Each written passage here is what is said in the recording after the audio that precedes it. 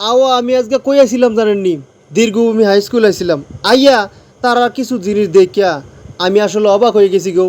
কে রে জানেননি অবাক হয়েছি? কারণ আছে। তারা এই স্কুলটা শুরু থেকে যারা লেখাপড়া করে গেছে টোটাল 18টা বেস, বুঝিনি, তারা সবাই মিলে একটা পূর্ণ মিলনী অনুষ্ঠান করব। আজ যা ফটো তুলছে আর কি তারা, বুঝিনি, তারা চিন্তাধারা দেখছিনি। ও কথায় আছে, আগে কি সুন্দর দিন কাটাইতাম, কথাটা ঠিক। কে রে বুঝিনি, আজকে আমি দীর্ঘভূমি হাই স্কুলে বুঝলাম তারা কত বছর হয়েছে লেখাপড়া করে গেছে। তারা যে বন্ধুত্বটা আর এই সম্পর্কটা যে তৈরি করে রাখছে হেন, এটা তো অনেক শিকার আছে, বুঝিনি।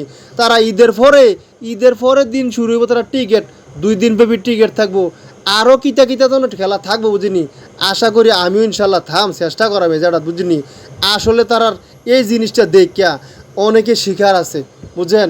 বন্ধুত্ব এমন একটা জিনিস, এইভাবে অটুট থাকলে আর যুবক সমাজরাও যদি এরকম এক থাকে, সমাজটা যে কোনো মুহূর্তে পরিবর্তন করণ যাব, ঠিক নিও। তবে 2010 সালে বেশটা পরিচালনা করবো গাডায় সজীবে আর গা জালালে। ধন্যবাদ সকলকে।